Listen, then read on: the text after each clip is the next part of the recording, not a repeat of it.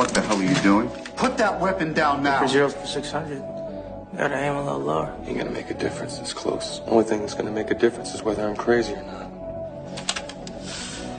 The man pulled the trigger amid the horrified expressions of everyone, but the bullet did not fire as expected. Because this was part of his plan, the aim was to prove his innocence. As a special forces soldier, Bob would secretly replace the firing pins inside his firearms every time he maintained them. Unless measured with a precise micrometer, most people wouldn't notice anything unusual. Although this was just a trivial detail, it was enough to prove that he had nothing to do with the assassination of the president. Moreover, after Bob's investigation, it was found that all the clues pointed to the colonel beside him being the real culprit. However, in the face of Bob's accusations, the colonel was not the least bit flustered. As the other party had no evidence, unexpectedly, at the critical moment, a police officer nearby took out a stack of photos. And on the photos were the colonel's evidence of massacring civilians in Africa. Even with such blatant evidence right in front of him, the colonel remained calm and composed. This is in the Horn of Africa.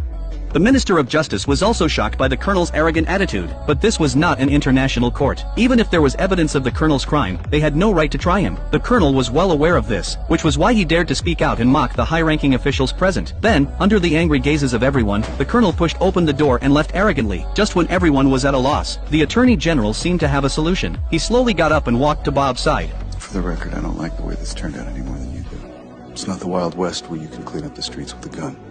Even though sometimes that's exactly what's needed. Bob Lee Swagger, you're free to go.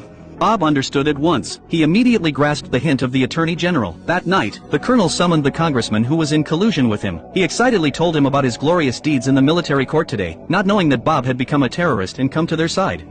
Swagger,